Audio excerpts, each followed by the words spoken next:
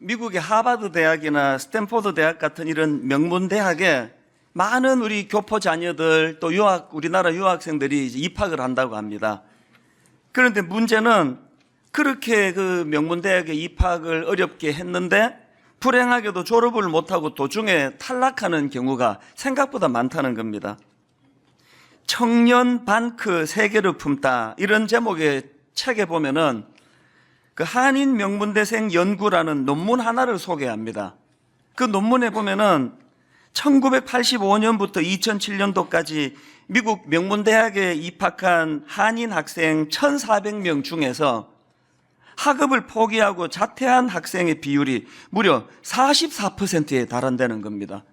2명 입학하면 거의 1명 가까이가 그렇게 도중에 탈락을 한다는 게 이게 얼마나 이게 큰 그 기록입니까? 그 자료에 보니까 중국 학생들의 탈락 비율이 25%, 인도 학생 21%, 유대인 학생 12.5%. 그런데 우리 한국 출신 학생들인 44%가 학업을 포기하고 자퇴한다는 겁니다. 그 책에서 분석하기를 왜 유독 한인 학생들은 이렇게 그 중퇴가 이렇게 많은가 그 분석하기를 그 한인 학생들의 목표는 오로지 명문대학에 들어가는 것, 명문대학에 들어가는 게 목표다가 보니까 목표를 이루고 나니까 허탈한 거예요. 또 목표를 이루고 나니까 어떻게 해야 될지 그 이후에 대한 준비가 안 돼서 그렇다는 겁니다. 이런 분석을 뒷받침하는 그 다른 통계가 하나 더 있습니다. 미국의 그 명문 하버드 대학교 하면은 대단한 학교 아닙니까? 그런데 하버드 대학교에서 낙제하는 동양계 학생의 90%가 한인 학생이라는 거예요. 그래서 하버드 대학교 교육위원회에서 이 낙제생들을 대상으로 조사를 해보니까 그들의 학업 성취도가 이렇게 낮은 이유가 뭐냐? 인생의 장기적 목표가 없기 때문이라는 겁니다. 아마 이건 우리나라 국내의 그 명문대학에 다니는 학생들도 예외가 아닐 거라고 생각을 합니다. 오직 목표가 서울대학교 가는 건데 인생의 모든 목표다. 그렇게 하고는 그 어려운 대학에 들어가고 나가지고 막 방황하고 목표가 없어서 마음이 힘들고 또 적응을 잘 못하고 그런 제 제자들 중에 청소년 사회 갈 때 그런 경우들이 종종 있었습니다. 사실 여러분 우리 부모들이 자녀들에게 참 미안해해야 될 것 중에 가장 큰 게 전 이거라고 생각합니다. 부모가 그 근시안적인 눈으로 애들을 가르치다가 보니까 그냥 대학만 들어가면 된다는 식으로 그렇게 가르치다가 보니까 대학 들어가가지고도 그 자율적이고 독립적인 이런 일들을 못하고 대학 들어가서도 부모가 도와줘야 되고 결혼해서도 부모가 또 문제는 잘 푸는데 이런 것들이 참 가슴 아픈 이야기 아니겠습니까? 우리 신앙생활도 마찬가지예요. 하나님께서 우리를 구원해 주실 때 그저 우리를 건져내시는 그것만이 하나님의 목표가 아니고 그 죄 가운데 빠진 우리를 십자가를 통하여 구원해 주시고 그리고 우리를 통하여 하나님께서 원대한 꿈을 갖고 계시는 거예요. 그 큰 꿈을 가지고 하나님이 동력자 삼아주시고 혼미한 이 땅을 섬기기를 원하시는데 우리는 그저 너무너무 근시안적인 눈을 가지고 있어가지고 구원받는 게 전부 아닙니까? 그래서 하버드 들어가가지고 그 혼미한 것처럼 신앙생활이 이렇게 재미가 없겠습니까? 이제 천국 가는 티켓도 받았겠다. 멋대로 살아도 되고 버림받지 않는다 그러고. 그래서 저는 그 대학 다닐 때 너무 부러웠던 인물이 하나 있는데요. 예수님 우편에 있던 강도예요. 평생을 지멋대로 살다가 죽기 5분 전에 예수 믿고 천국 갔다니까 그 얄밉기도 하고 부럽기도 한 거 아닙니까? 괜히 그 목사 아들로 태어나가지고 그냥 어릴 때부터 술도 마시면 안 된다. 담배도 피면 안 된다. 그냥 제멋대로 그냥 충동이 이끄는 대로 사는 세상에서 이것도 안 되고 저것도 안 되고 그래가지고 늘 내 롤 모델이 그 우편 강도였습니다. 그게 옳은 겁니까? 정말 그걸 부러워하며 살아가는 그게 옳은 거겠습니까?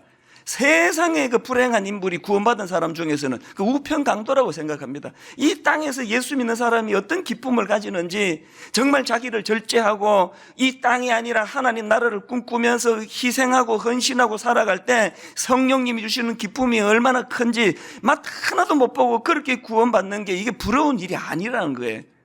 우리 모두가 다 그냥 하버드 대학교만 가기만 하면 그게 인생의 목표가 끝난 것처럼 생각하듯이, 그래서 하버드의 동양 학생들 중에, 그 탈락하는 동양 학생들 중에 90%가 한국 한인 학생이라는 이 부끄러운 현실이 우리 신앙에서도 그대로 나타나고 있는 것 같아요. 그러다 보니까 그냥 성경을 읽는 것도요, 막 전부 그냥 자기 읽고 싶은 것만 똑똑 따가지고 그렇게 지금 읽고 있는 거 아닙니까? 예를 들어 볼까요? 고린도후서 5장 17절 말씀을 우리가 얼마나 이 말씀을 좋아합니까? 그런즉 누구든지 그리스도 안에 있으면 새로운 피조물이라, 이전 것은 지나갔으니 보라 새 것이 되었도다. 막 새 것이 됐다 그러니까 또 우리는 또 막 새 걸 얼마나 좋아합니까? 이 막 적고 외우고 막 난 새 피조물이라고. 그러나 여러분, 이 17절 말씀은요, 그 다음 18, 19절 말씀하고 세트예요. 분리해서 읽으면 안 되는 말씀입니다. 18절이 어떤 말씀입니까? 모든 것이 하나님께로 났으며 그가 그리스도로 말미암아 우리를 자기와 화목하게 하시고 또 우리에게 화목하게 하는 직분을 주셨으니 곧 하나님께서 그리스도 안에 계시사 세상을 자기와 화목하게 하시며 그들의 죄를 그들에게 돌리지 아니하시고 화목하게 하는 말씀을 우리에게 부탁하셨느니라. 하나님의 관점으로는 우리를 새로운 피조물로 만들어 주시는 것이 최종 목표가 아니고, 그런 놀라운 은혜를 주심으로 말미암아 우리로 하여금 원수되었던 세상 사람들과 하나님 사이에 그 중재자가 되고 피스메이커가 되는 놀라운 사명을 우리에게 주셨다는 겁니다. 이건 뭐 까마득히 그냥 잊어버리고 난 그저 그냥 구원받았다는 이것만 노래하고 있으면 그건 반쪽짜리 신앙입니다. 고린도후서 5장 14절도 마찬가지입니다. 그리스도의 사랑이 우리를 강권하시는도다. 우리가 생각하건대 한 사람이 모든 사람을 대신하여 죽었은즉 모든 사람이 죽은 것이라. 이 놀라운 십자가의 사랑을 노래하신다면 그 다음 15절도 같이 읽어야 되는 거예요. 그가 모든 사람을 대신하여 죽으시면 살아있는 자들로 하여금 다시는 그들 자신을 위하여 살지 않고 오직 그들을 대신하여 죽었다가 다시 살아나신 이를 위하여 살게 하려 함이라. 우리가 이 구절을 쏙 빼놓고 그냥 나 구원받았다, 자격 없는 내가 하나님의 자녀가 되었다, 내가 천국 가게 되었다, 그래서 지금 잃고 있는 것이 얼마나 많습니까?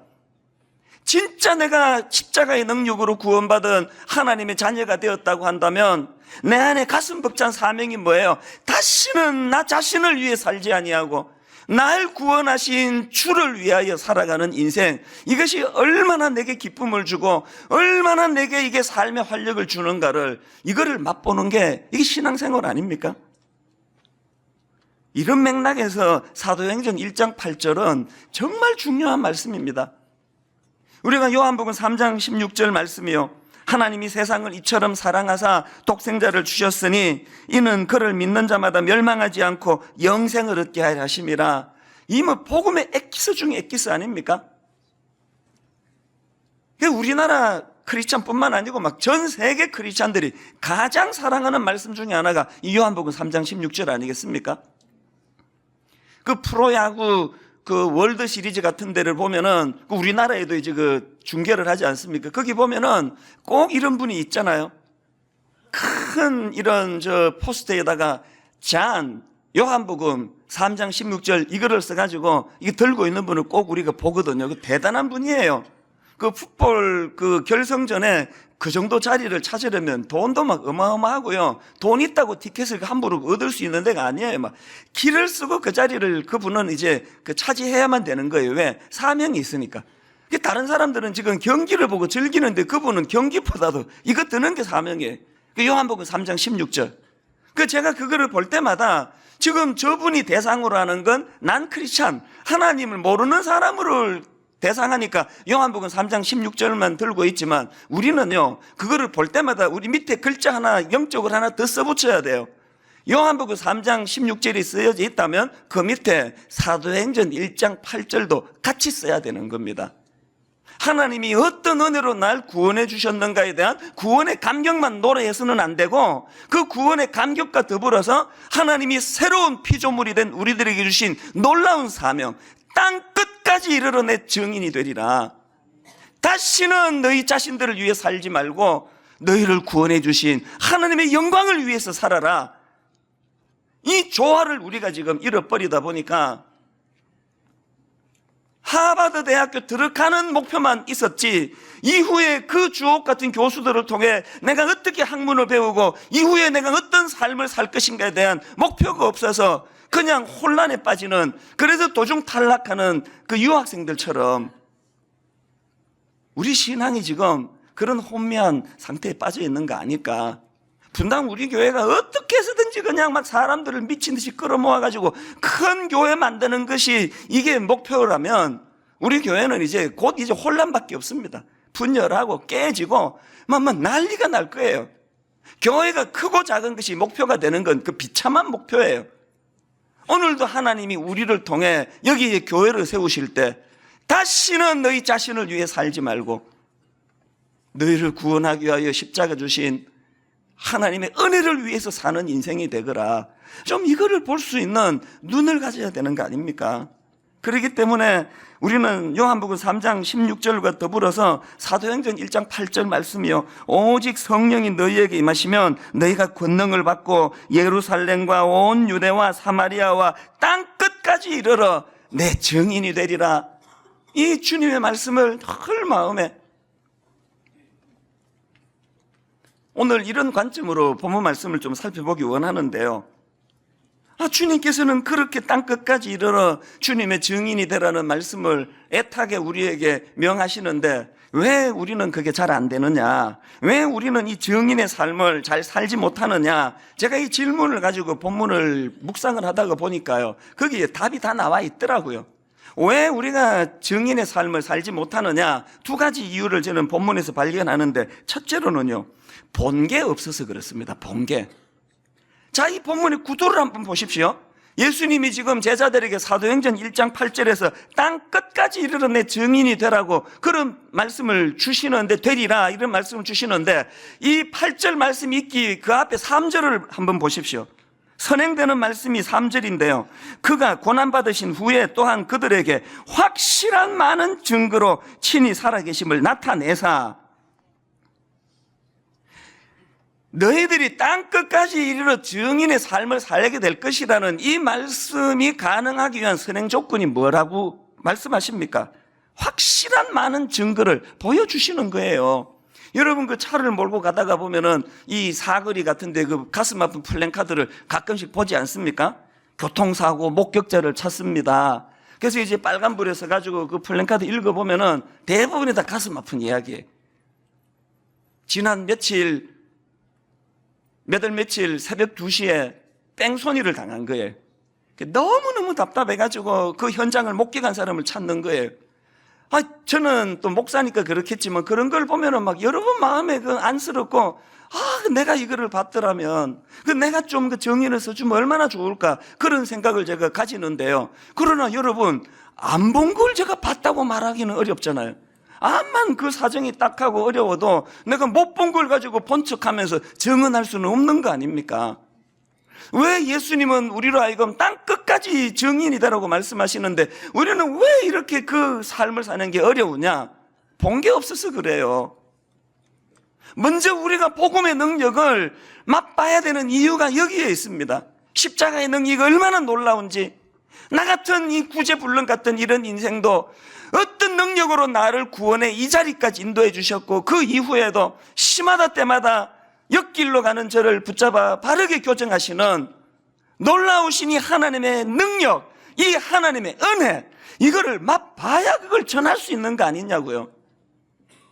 도대체 이런 사명이 있는지도 모르고 이렇게 살아가고 있으니까 어떻게 증인이 되겠습니까?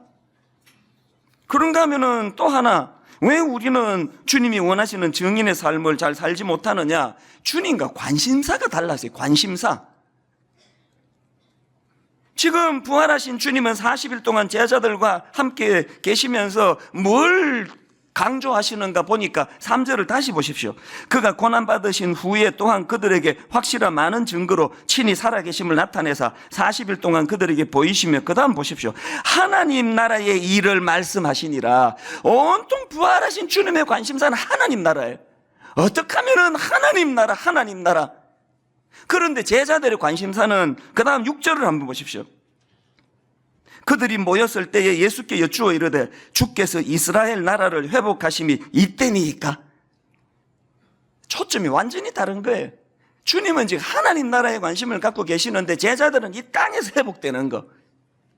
40일 동안 주님이 그들에게 주구장창 가르치시고 지금은 성천하기 직전에 맨 마지막에 제자들이 남긴 게 이거예요.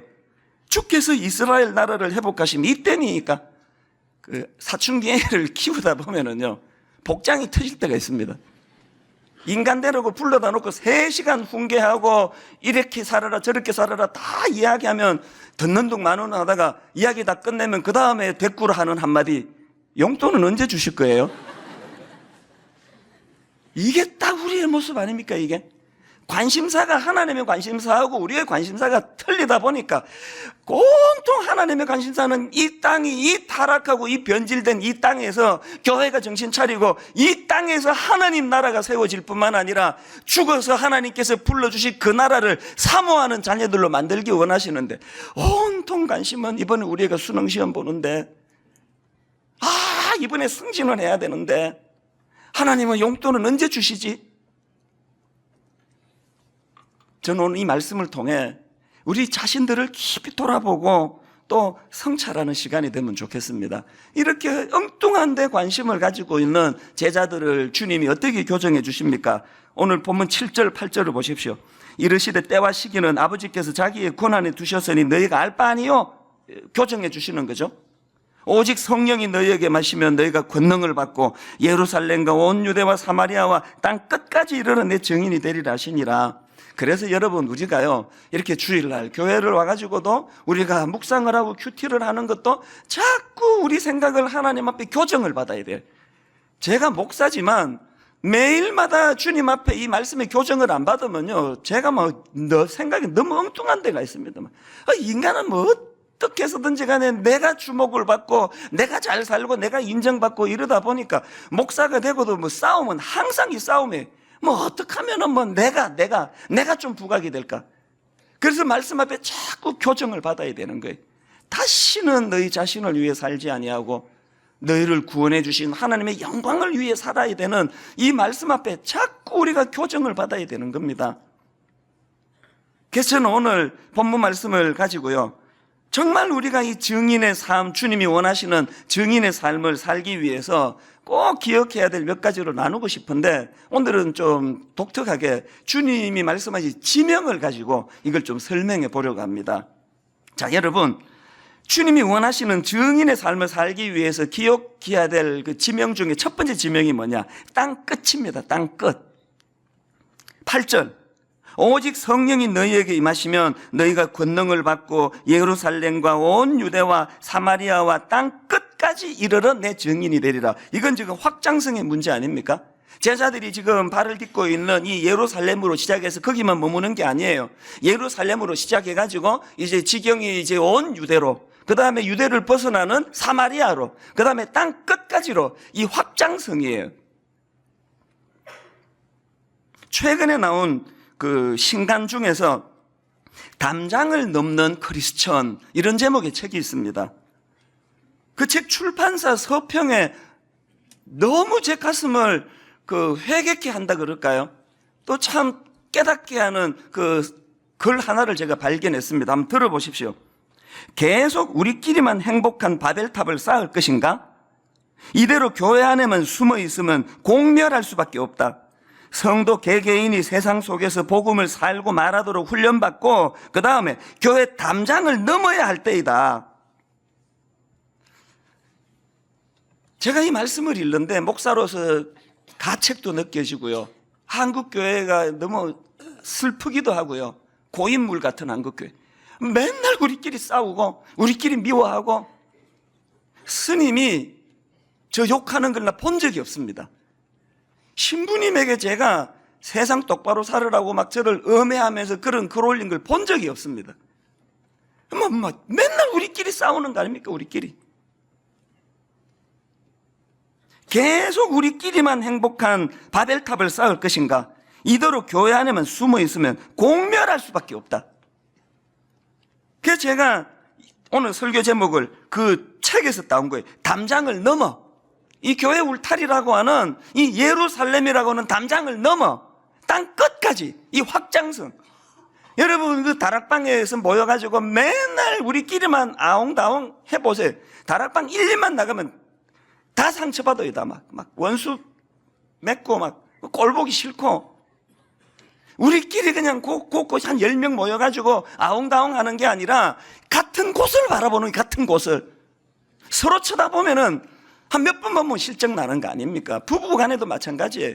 맨날 부부 간에 그 신혼 때나 그러지 부부가 그냥 둘이 쳐다보면서 아이고 이쁘다 그러고 있는 게 아니라 둘이서 같은 곳을 바로 같은 곳을 어디까지? 땅 끝까지. 저는 예전에 송인규 교수님이 쓴 책 중에서요. 책 제목이 이렇습니다. 세계를 품은 그리스도인. 이 책 제목이 너무 좋은 거예요. 세계를 품은 그리스도인. 제가 그냥 분당 우리 교회만 품고 있는 그리스도인이라면 저는 부끄러운 목사예요.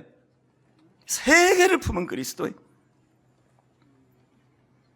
왜 이게 중요한가 하면은 주님이 명하시는 이 확장성이 우리 안에 없으면 고린도 교회를 보십시오.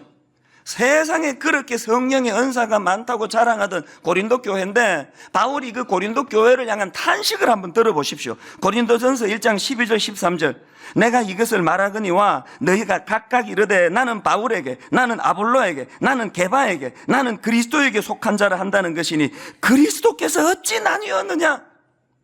그렇게 성령의 은사가 많다고 하는 고린도 교회가 어쩌다가 이렇게 돼버렸습니까? 어쩌다가 이렇게 돼버렸냐고요? 땅 끝까지의 확장성이 없는 데는 100% 이렇게 100%. 그렇게 부흥하던 교회가 30년 지나지 않아가지고 참으로 부끄러운 자리에 빠질 수밖에 없는 많은 원인 중에 결정적인 원인이 이거예요. 우리 교회가 이렇게 좋은데 어디로 가느냐고. 우리 교회가 이렇게 좋은데. 여러분 1만 성도 파송운동은요 작은 교회를 살리기 위한 측면도 있지만 우리 살자고 하는 일이에요. 한 대가 넘어가기 전에 분당 우리 교회는 세상에 역겨운 교회가 될 위험이 있다는 걸 인식해야 돼. 고린도 교회처럼. 어떻게 하면 됩니까? 확장성이. 계속 지경을 넓혀 나가는 겁니다. 그 좋은 모범을 보여주신 인물이 바울 사도 아닙니까? 그렇게 자기 생각에 갇혀가지고 담에색으로 그냥 살기등등 해가지고 그게 자기 인생의 그냥 최고 가치인 줄 알고 그렇게 살았던 바울에게 주님이 복음으로 임하셔가지고 그 생각의 지경을 넓혀주니까 여러분 바울을 괴롭혔던 사람들이요 많은 경우가 다 먼저 믿는 크리스천들 아닙니까? 저게 무슨 사도 자격이 있냐고. 바울은 거기에 휘둘리지 않고 확장 땅 끝까지. 그래서 바울은 끝까지 건강할 수 있었던 거 아닙니까? 그런가 하면은 두 번째로 우리가 증인의 삶을 회복하기 위해 기억해야 될 지명이 한 군데 더 있습니다. 예루살렘입니다. 예루살렘. 사도행전 1장 8절을 다시 보십시오. 오직 성령이 너희에게 임하시면 너희가 권능을 받고 어디서 출발합니까? 예루살렘과 온 유대와 사마리아와 땅 끝까지 이르러 내 증인이 되리라. 지금 이 말씀을 주시는 현장이 예루살렘이에요. 지금 이 말씀을 듣는 제자들이 서 있는 곳이 예루살렘이에요. 예루살렘이 뭘 의미할까요? 우리 인생은요, 땅 끝을 추구하지만 내가 딛고 있는 이곳, 이 예루살렘을 소중히 여기는 삶, 이 그리스도인의 삶이에요. 예루살렘, 성령의 능력을 덧입는 곳, 예루살렘, 땅끝을 꿈꾸며 준비하는 곳. 그래서 여러분 누가복음 24장 49절 볼지어다 내가 내 아버지께서 약속하신 것을 너희에게 보내리니 너희는 위로부터 능력으로 입혀질 때까지 이 성에 머물라 하시니라. 제자들이 땅끝을 꿈꾸면서 성령의 능력으로 덧입히기 전에는 함부로 설치지 말라는 주님의 말씀 아닙니까? 철저하게 바른 이곳에 디디면서 내 눈은 땅끝을 바라보는 여러분, 이런 삶이 이게 정말 어려울까요? 제가 어느 신학교 교수님의 칼럼을 봤더니 이런 내용이 나오더라고요. 진보적 그리스도인들 중에는 가끔 국가, 민족, 인류, 정의, 자유, 평등, 인권 등에 관한 거대 담론에는 능하나 개인적인 인격과 성품의 결함이 많은 사람들이 없지 않다. 민족과 국가라는 거창한 명분을 위해 몸바친 이들에게 사사로운 개인 윤리 따위는 중요한 것이 아니며, 따라서 내면적 경건이나 종교적 계율 따위는 무시할 수 있다고 여기는 영적 교만의 우를 범할 수 있는 것이다. 수신제가는 생략하고 치국 평천화만 하고 있을 수 있다는 것이다. 그 교수님이 이 진보적인 그리스도인들에게 뭘 지금 말하고 싶은가 충분히 느껴지면서, 여러분, 이게 진보적인 그리스도인에게만 해당되는 이야기입니까? 보수적인 그리스도인들은 이 문제가 해결이 됐습니까? 진보, 보수 가릴 것 없이 이 땅의 모든 그리스도인들이 회개해야 되는 게 뭡니까? 거대 담론에는 능하다는 거예요. 아프리카 막 그러면 눈물을 줄줄 흘려요. 북한, 통일 다 좋은데요, 그렇게 아프리카 영혼을 사랑하는 그 사람이 지금 내 옆에 지금 금방 예수 믿었다가 이 교회에서 상처받아가지고 교회를 안 나오는 성도들에게 문자 하나 안 보내주는 그 땅끝이 옳습니까? 땅끝을 추구하는 그리스도인이라면 오늘 내 삶의 현장인 이곳 예루살렘에서 내가 할 일이 뭔가? 고부간의 갈등, 하나님 그 가정에 왜 주신 줄 아십니까? 그 며느리하고 시어머니 사이에 뭐 문제를 해결해 보려고 이렇게도 해보고 저렇게도 해보지만 인간의 힘으로는 할 수 없는 거구나 인식하게 만드시는 거예요. 그래서 내게 주어진 이 예루살렘에서 정말 사랑하기 어려운 저 며느리 하나, 정말 사랑하기 어려운 저 시어머니를 내가 사랑으로 품고 이를 악물고 노력하는 곳이 예루살렘.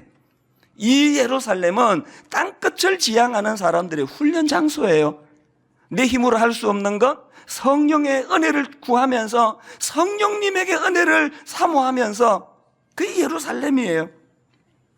이런 맥락에서 여러분, 오늘 수요일 날 국회의원 선거가 있는데요, 여러분 진짜 제대로 된 크리스찬이라면요, 아이 뭐 귀찮은데 뭐 내가 안 해도 뭐 그러고 뭐 그냥 투표 안 해야지, 오늘 그런 생각을 하고 계시는 분이 계시면 성령님이 그 심령을 막 뒤집어 버리기를 바랍니다. 너 미쳤니 너? 내게 주어진 이 작은 그 권리 행사 하나 해가지고요, 저는 진짜 꿈꿉니다. 이 땅에 정말 제대로 된 보수 정치가가 필요합니다. 이 땅에 정말 제대로 된 진보 정치가가 필요합니다. 정말 나라 사랑하는 보수 정치가, 보수 진보 정치가가 진검승부, 우리가 옳다고 믿는 이 이념을 가지고 우리 한번 제대로 나라 사랑하는 이런 일들을 펼쳐보자.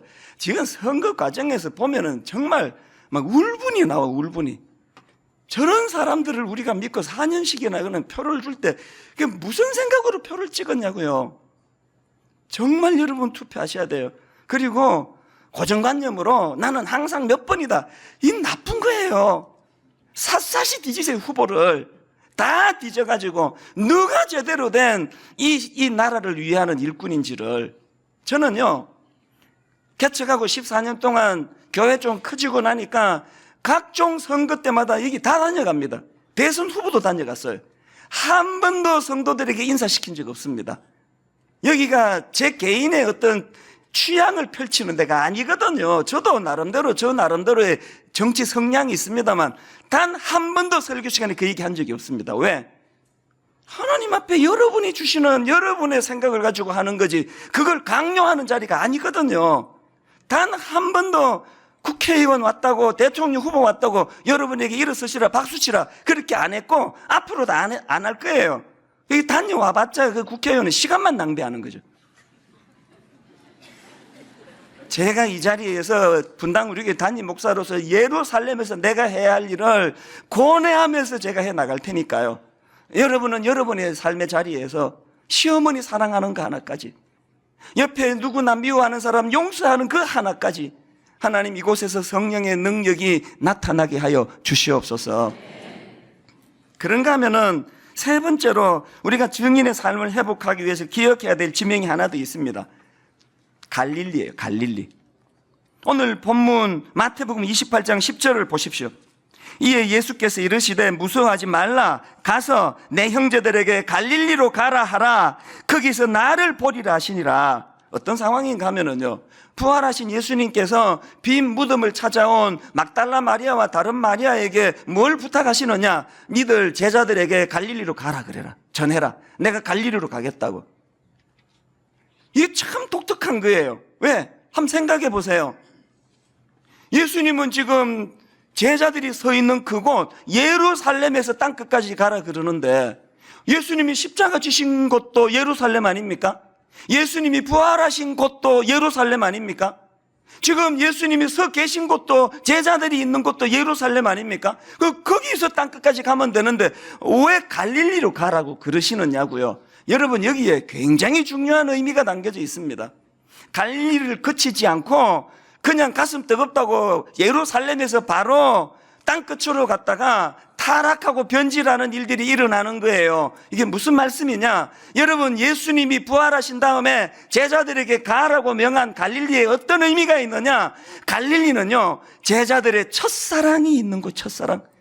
예수님을 만난 곳 갈릴리, 제자들이 자기들이 주님 없이는 얼마나 무능한 존재인가를 철저하게 깨달은 곳 갈릴리. 왜 땅끝으로 가기 전에 갈릴리를 가야 될까요? 사명을 감당하기 전에 잃어버린 첫사랑을 회복해야 돼요. 예수님께서 제자들을 갈릴리로 가라 말씀하시는데 거기서 주님이 무슨 일들을 계획하십니까? 요한복음 21장 3절에 보니까 제자들이, 또 베드로가 옛날로 돌아갑니다. 시몬 베드로가 나는 물고기 잡으러 가노라 하니 그들이 우리도 함께 가겠다 하고 나가서 배에 올랐으나, 그 다음 보세요. 비참한 실패예요. 그날 밤에 아무것도 잡지 못하였더니 그 비참한 현장에 부활하신 주님이 나타나세요. 그리고 그물을 들 수 없을 만큼 많은 고기를 잡게 해주세요. 무슨 메시지를 주고 싶은 거예요? 주님 없이는 아무것도 할 수 없는 비참한 나 자신을 인식하지 않고 땅끝으로 가면 100% 타락이에요. 주님이 갈릴리로 가라 말씀하시고 그곳에서 뭘 준비하십니까? 예수님이 십자가 지실 때 가장 치명적으로 주님을 배신했던 천인공노할 베드로, 더 이상 회복하기 어려운 그 비참한 베드로에게 갈릴리에서 주님께서 네가 나를 사랑하느냐? 네가 나를 사랑하느냐? 네가 나를 사랑하느냐? 비록 비겁하고 약해서 주님을 부인했지만 여전히 주님을 사랑합니다. 비록 십자가상에서 주님을 기쁘게 하는 일은 실패했지만, 그러나 약해서 그랬지, 주님 사랑하지 않아서 그랬습니다. 주님을 사랑합니다. 여전히 주님을 사랑합니다. 내 양을 치라, 내 양을 먹이라, 내 양을 치라. 베드로와 제자들에게 있어서 갈릴리는 첫사랑을 회복하는 곳인 동시에 용서받지 못할 실패하고 낙오한 우리 인생이 회복하는 장소가 갈릴리인 줄 믿으시기를 바랍니다. 결론을 저는 이렇게 맺기를 원합니다. 우리 그리스도인은 땅끝을 추구하는 인생이에요. 비록 내가 지금 어려운 삶 속에 있다 할지라도 주님이 내게 주신 사명, 땅끝을 추구하는 인생, 그런가 하면 철저하게 예루살렘, 내가 발을 딛고 있는 예루살렘에서 내가 이곳에서 성령님의 은혜를 구하고, 그런가 하면은 내 첫사랑의 장소 갈릴리를 늘 마음에 그리면서 이번 한 주간 동안 하나님, 저는 신앙생활이라는 것이 하버드 대학 들어가는 게 목표, 그거 이상의 목표가 없다가 그만 들어가가지고 도중 탈락하는 학생들처럼 내 신앙이 반쪽짜리였습니다. 구원받는 은혜도 너무나 감사하지만 구원받은 이후에 내 인생에 주님 주신 사명, 이 사명을 잘 감당하는 그리스도인 되기를 원합니다.